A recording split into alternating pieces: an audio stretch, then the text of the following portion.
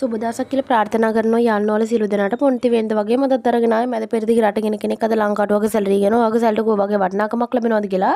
ඉතින් ඉස්සරෝම වෙන්ද වගේ මත් දවසේ කරන කෙන සෑමඩක්ම සාර්ථක වෙන්න කියලා හදවතින් ප්‍රාර්ථනා කරනවා. good morning ඕල සියලු දෙනාටම. ඉතින් අද 2026 පළවෙනි මාසේ 15 වෙනිදා ඉතින් ඔබ විශ්නුම් කතා කරමු.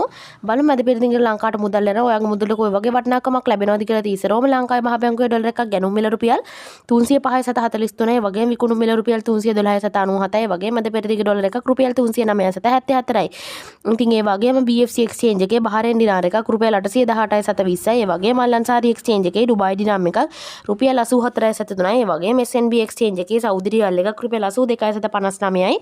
ඒ වගේම UAE එක්ස්චේන්ජ් එකේ ජෝර්දාන් දිනාර එකක් රුපියල් 436.88යි. ඒ වගේම මොඩර්න් එක්ස්චේන්ජ් එකේ ඕමාන් රියල් එකක් රුපියල් 802යි. ඒ වගේමයි සමන් එක්ස්චේන්ජ් එකේ කටාර් රියල් එකක් රුපියල් 84.89යි.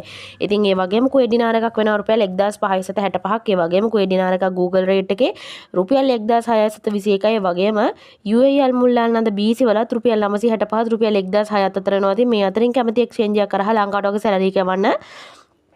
ඒ වගේම යූරෝ එකක් වෙනවා රුපියල් 367.48ක්. ඒ වගේම සිංගප්පූරු ඩොලර් එකක් රුපියල් 246.55යි. ඒ වගේම ඕස්ට්‍රේලියන් ඩොලර් එකක් රුපියල් 206.88යි. ඒ වගේම මලයාසියන් රින්ගිට් එකක් රුපියල් 76.50යි.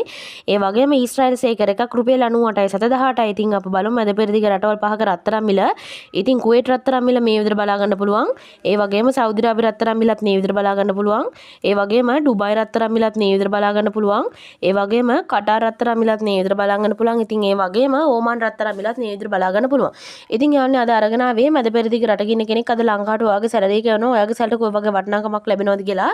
ඉතින් මේ වගේ වටින වීඩියෝ දිගටම බලන්න අපිත් එක්ක දිගටම එකතු වෙන්න. ඉතින් මේ වගේ තවත් වීඩියෝ එකකින් හම් වෙනකන් එතකන් ඔයාලට සුබ දවසක් ජය වේවා.